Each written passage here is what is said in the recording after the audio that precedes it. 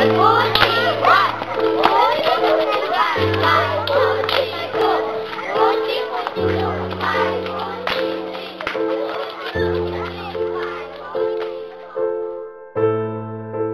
19, 1974. Pinanganak po ako sa Naga City, Camarines.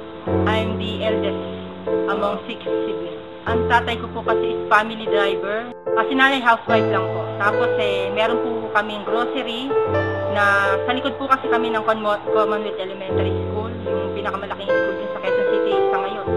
Nung nagsisimula pa lang po yun ng mga 1980. Talagang nung bata kami, talagang lahat ng gusto namin nandyan. Gusto mong kumain, fried chicken, lahat ng mga prutas, lahat ng gusto mo, mamasyal. Andun po lahat.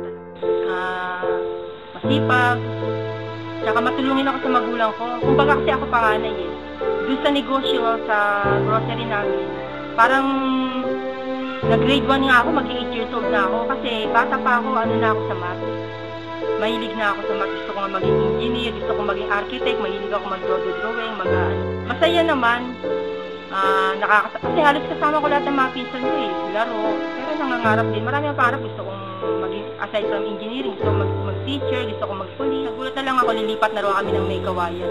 Ayoko pa nga nun eh. Naiwan pa ako noon. Naiwan ako ng 1 week dun sa bahay namin. Mag-isa na lang ako. Kasi ayoko sumama sa kanila. Kasi iniwan din nila ako doon. Bahala daw muna ako. Tapos nung sinundo ako, ngayon hindi ka na pwede hindi sumama. Ayun, sumama na sa May Kawayan. High school dito na. Dito na sa May Kawayan, Bulacan.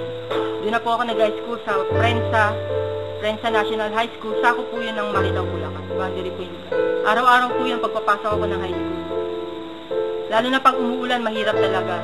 Asing dadaan ka sa bundok, putikan, pababa. 7 kilometers yung lalakarin mo. Doon na po yun sa highway pera pa yung bundok na tinawid mo at yung ilog na nilangoy mo. Pag-akit mo ng highway, 300 meters pa po yun. Asin puro putik. Ganun po kahirap yung pag-aaral mo. Kaya parang hindi mo rin maitutuloy yung pag-aaral mo sa sobrang hirap. At yung mga panahon na yun, pabayaan. Wala nang magulang. Kasi parang hindi din nila matanggap yung nangyari sa buhay. Pumapasok ako, wala akong pera. Kasi pumapasok ako noon, kumakain ako ng almusal. Sa gabi na ako kumakain pagbalik. Inisip ko ako panganay. Ako panganay. Tapos walang nanay, walang tatay. Kailangan kong buhayin yung mga kapatid ko. 2 months. 2 months lang yung bunso namin. 1 year and 5 months lang yung pangalawa sa bunso. October, minto na talaga ako. Hanggang saan mag-18 ako, pwede na daw magpa siya pag-18. Diba? Nagsabi ako kay nanay na gusto kong mag-aral. Hindi niya pinayagan. Sabi niya mag-Japan na lang daw ako. Yun na yata yung talagang nakagawa ako ng mali. Na nagrebelde ako sa kanila, hindi na ako pinayagan. Nagtampo na ako sa kanila. Nag-asawa na lang ako. Willingness, eagerness na makapag-aral nandun pa rin. Kahit na ginagampanan mo yung pagiging parent, pagiging housewife, yung eagerness nandun pa rin. 2004, kasi lumala masyado yung asthma ko, na in-advise ng doktor na dapat sa malapit sa dagat na ako dun. So sabi nga ng tatay ko, naisip niya, malapit sa dagat yung Morong. Kaya lumipat kami dito noong 2000. Grade 5 yung anak ko noon, yung bunso, si Kim. Dumating sila Ma'am Pe. Tapos sinabi sa akin yung principal na, Edna, di ba hindi ka nakatapos ng high school, wala kang diploma? Yun. Sabi niya, meron dito alternative learning system na gusto mo kausapin mo sila Ma'am Sylvia, sila Ma'am Pe. Sabi niya. Ang ALS, ito yung ibig sabihin nito, ang alternative learning system, isa sa bureau ng Department of Education. Si Eugenia Gutierrez, nakatalaga din ng mobile teacher dito sa mga bata. Di, masayang-masaya ako. Sabi ko, ito na yata yung pagkakataon. Kasi sinabi na nga rin niya, in-elaborate niya na hindi ka pupunta ng school, ng malayo, hindi ka mamasahe. Talakayin, tungkol po sa pag-isipra ko, pag-sasagot ko sa mga forma. Yung iba't ibang forma po. Sa kung halimbawa ng forma, ano po yung mga nilalaman ng unang bahagi ng biodata kung tayo ay magsasagot. Dito po sa unang bahagi, nasa po yung informasyon tungkol. Pangalawa po ay yung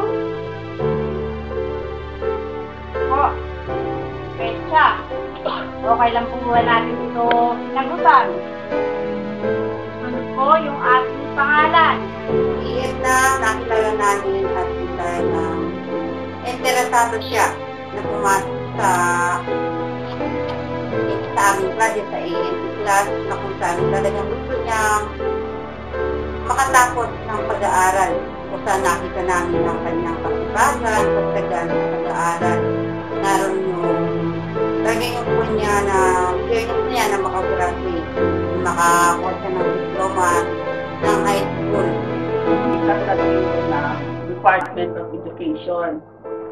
Ang programa nitong Alternative Learning System ay tungkol sa mga out-of-school youth at sa mga adult learners. Free education, walang gagastusin ang mga estudyante, basta ang tumutulong sa amin mga LGU, NGO. Ang layunin nito upang mabuksan yung kaisipan ng mga OSY at saka mga adult learners na hindi nakatapos mag-aral ng elementary at secondary dahil sa iba't ibang kadahilanan. Bawat bahay pinupuntahan namin, and then doon na makikita namin doon yung sa member ng family kung sino yung mga hindi nakatapos.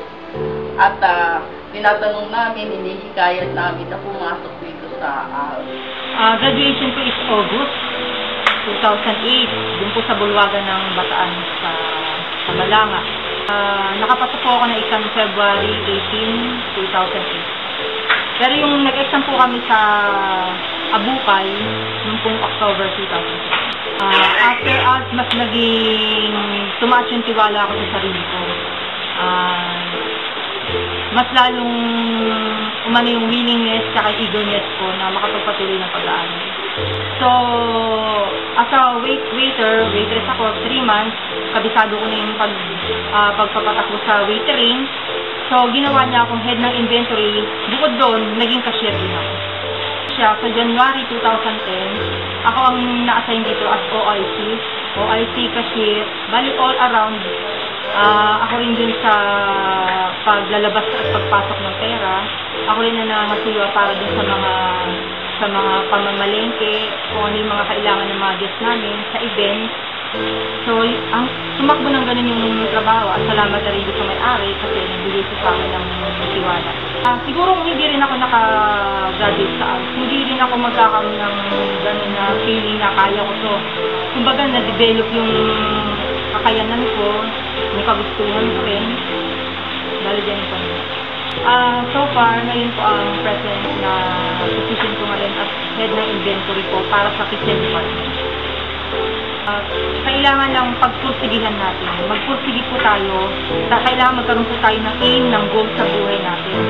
Para po yung magawa natin yung gusto natin. Hindi porket may mga balakid sa buhay, may kung ano-ano yung mga dahilan. Pag gusto po natin talaga magagawa natin. Sipag sa gabitan. Kasi kailangan natin ng sipag.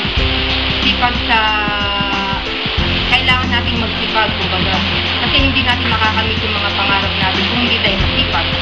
At the same time, hindi pa pwedeng sipag lang ang gagawin mo sa buhay. Kumbaga, kailangan mong magsaga.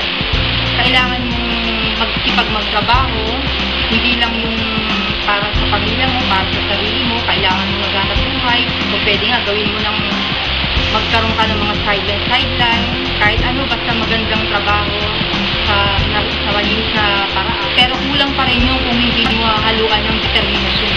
Kung wala kang determinasyon, hindi mo talaga makakamit yung pangarap. So talagang SPD ang kailangan mo sa buhay.